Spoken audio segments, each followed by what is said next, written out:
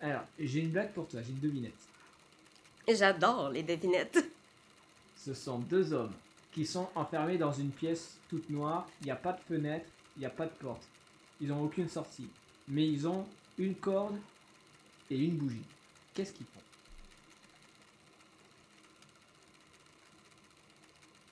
Ben, ils meurent. Non, Ces suicides sont plus là. mais ce n'est pas la réponse. Ben, c'est une réponse. D'accord, mais c'est pas la bonne réponse. Ah. Comment?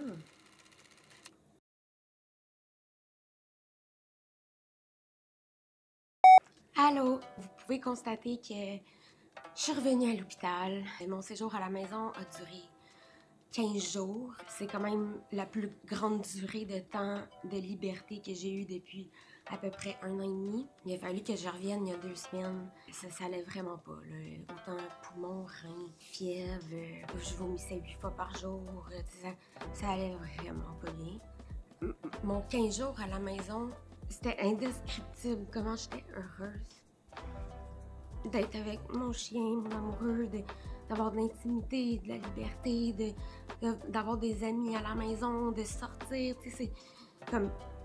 Je prends pas de marche, là, je suis vraiment pas forte, là. Je pourrais pas aller promener mon chien, mettons, comme faire des grosses activités, mais tu sais, juste des petits trucs, des petites soirées entre amis, puis dormir dans le même lit que mon amoureux, puis là, il a fallu que je revienne, puis ça m'a déchirée. À cause de ça, j'aimerais que le sujet de la vidéo d'aujourd'hui, ce soit la gratitude. Parce qu'il faut que je me ramène à ça. Il faut que mes pensées aillent vers ce que j'ai de beau. Sinon, ça va faire un cercle vicieux, puis ça marchera plus, là.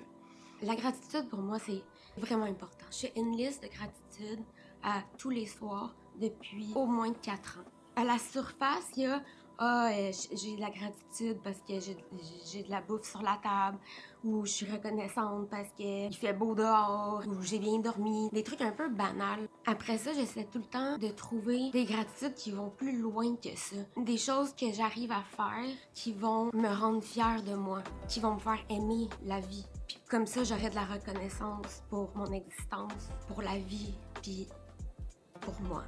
La gratitude, c'est une thérapie gratuite. Tu peux faire ça n'importe où, n'importe quand, n'importe comment, ça coûte rien.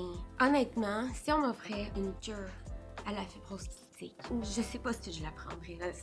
C'est sûr, je penserais 2 fois, là. Mais je pense pas que je la prendrais parce que la fibrose cystique, elle m'a tellement aidée à évoluer. Elle m'a forgée.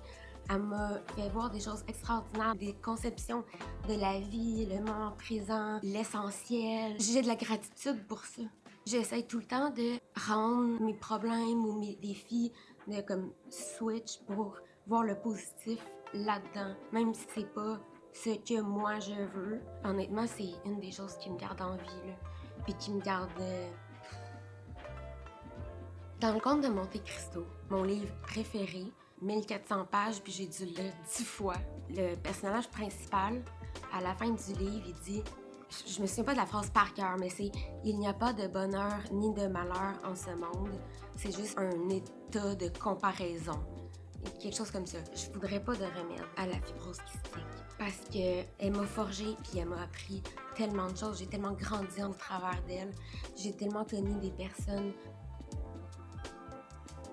exceptionnelle grâce à cette maladie-là. Elle m'a apporté beaucoup de positif.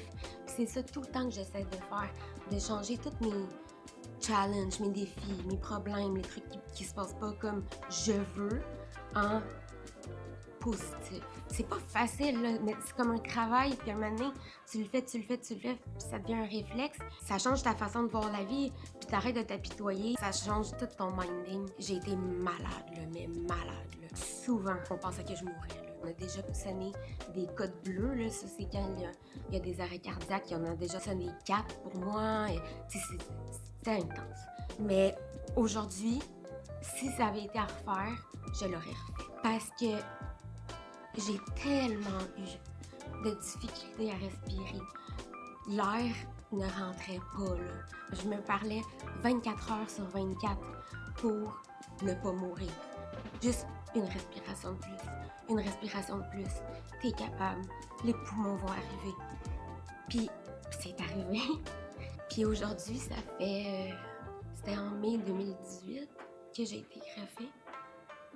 Puis il n'y a pas une journée où je pense pas à l'air qui rentre dans mes poumons. J'ai vraiment de la gratitude pour ça aussi. T'sais, tout le monde penserait que la maladie, c'est tellement gros, puis on veut pas ça, puis faut s'éloigner de ça, puis les gens malades, on a pitié d'eux, mais moi, c'est pas la maladie qui m'empêche d'être heureuse. Là. J'arrive à être heureuse, même avec ma maladie, puis même que je réussis à m'accomplir grâce à ma maladie. C'est par ma maladie que j'aide les gens. C'est par ma maladie que j'apporte une contribution au monde puis que j'aide les gens. La fibrose kystique, c'est une relation amour-haine, mais je changerais rien de ma vie. Elle est trop belle.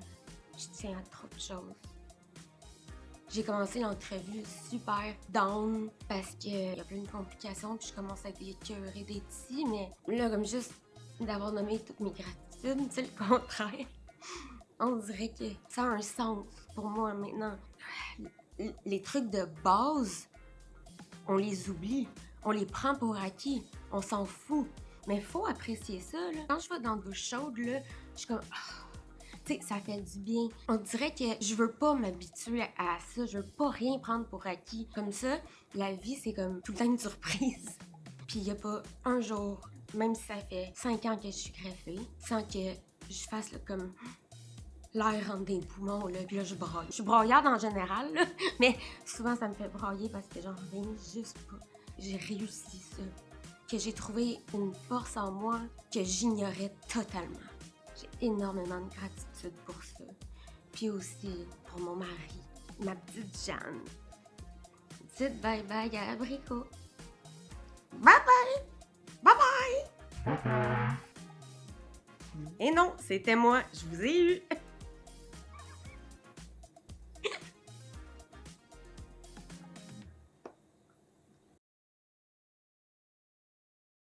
Est-ce que tu as trouvé finalement une réponse? Oui. Oui? Dis-moi. Ah. Tu le sais pas. Allez, tu veux la réponse? Oui, c'est quoi? La bougie. Hein? Je t'ai demandé qu'est-ce qu'ils font. Ben, c'est la bougie qu'ils font.